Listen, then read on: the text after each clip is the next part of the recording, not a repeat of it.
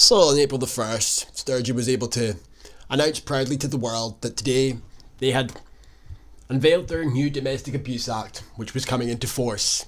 They were also spending some money in some videos that would be uploaded throughout the duration of the day to give people a bit of insight into what this would entail.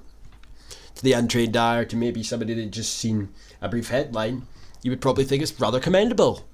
Anything that can be done to help people in situations regarding domestic abuse and domestic violence, fair play.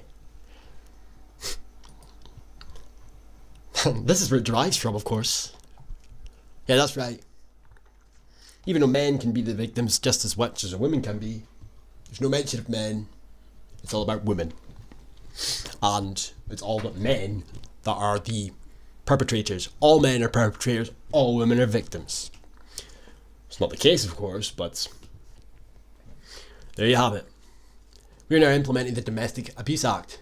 Why are they doing this? To tackle the violence against women that's prevalent in Scotland, apparently. It's fucking everywhere. Is it I? Is it I? Right, okay. That's just unbelievable, man. We're now implementing the Domestic Abuse Act that created a new specific offence to help tackle domestic abuse. Scotland is now only one of a handful of countries across the world to introduce dedicated legislation for women. We've invested 17.9 million to support victims of crime for a range of frontline specialists, I guarantee they're all women, and to tackle violence against women and girls. Well, fuck me blind, Jesus. Because it never can happen the other way around. Yeah, I feel sorry for boys in Scotland that are men that may very well be, right now as we speak, in a scenario such as that. And he may very well have caught wind somewhere down the chain that there was new laws and adaptations coming into effect regarding domestic violence and abuse. Maybe he got his hopes up slightly. Maybe finally there'd be a shelter for men. Maybe there'd be some actual charity phone lines for men. Only to find more self-deprecating aimed at men by a fucking helmet head feminists. But it's okay.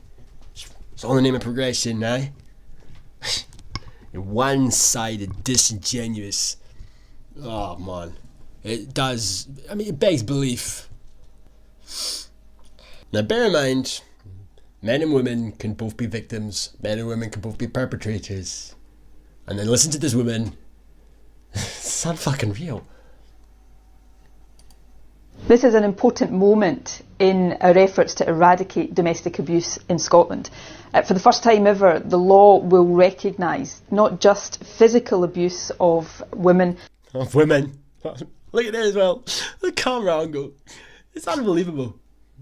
It's actually fucking unbelievable. But also coercive and controlling behaviour. And that is... by men to women. Is important because it sends a very strong message that physical abuse is wrong, but so too is psychological abuse. To women. Oh, and she says it for her right there. And many women who have... women. Previously felt that their abuse was hidden. What about men? Sure as fuck going to be even more hidden now, aren't they?